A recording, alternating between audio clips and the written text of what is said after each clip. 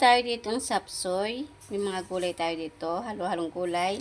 Then, meron tayo ditong oyster sauce. At meron tayo ditong swatanghon. Then, nakapaghiwa na rin pala ako ng sibuyas at saka bawang. Ngayon, magigisa na tayo. Let's go. Yan, maglalagay na tayo ng mantika.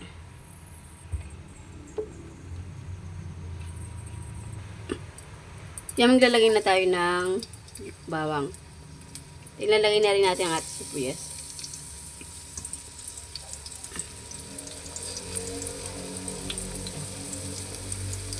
Then, mix lang natin.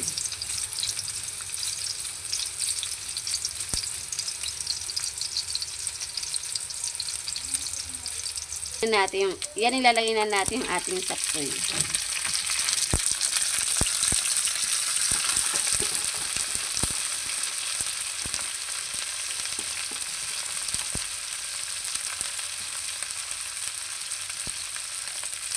Then, i-mix natin.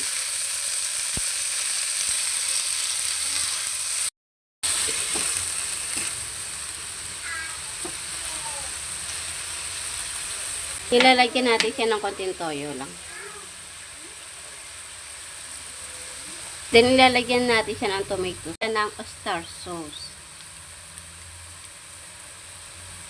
Ilalagyan natin siya ng oyster sauce. Then, i-mix lang natin.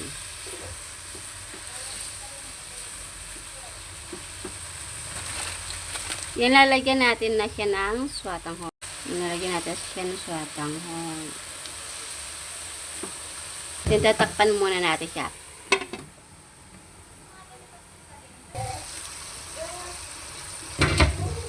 Yan, lalagyan natin siya ng konting baking.